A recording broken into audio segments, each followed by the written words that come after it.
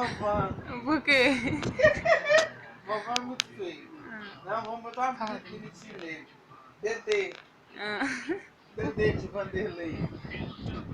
Dedê, Lelei. Lelei, mãe. Lelei Lelei, é mãe. A legal. família dele chama de Lelei, sabia? Ah, é? Porque Vanderlei ninguém merece, né? Vanderlei! Vem cá! Vou até terminar de falar Vanderlei, eu já cansei. Vanderlei! Vem aqui! Imagina esse menino quando era criança. Uma criancinha. Um bebê carregar esse nome pesado. Ih, Vanderlei! A Vanderlei de babá! A Vanderlei de babá! Não dá nem pra pronunciar, cara. Fala assim. A mãe dele devia estar com diarreia quando ele nasceu. Vou botar o nome dele assim.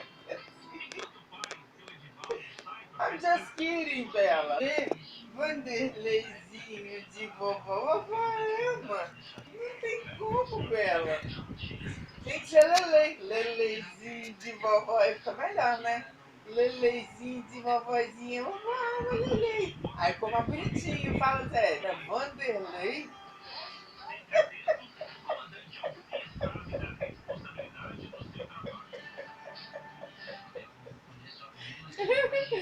Então, Lore com um nome tão bonitinho, vou casar, botar no convite. Lore e Vanderlei. Porra.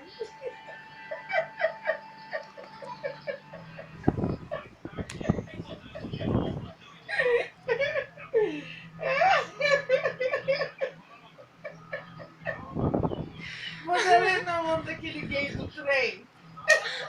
Do Zorra.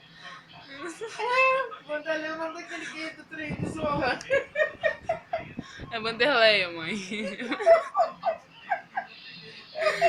Tem um programa chamado Zorra Total que tem um gay que chama Vanderlei. Aí, como ele é gay, chama Vanderlei.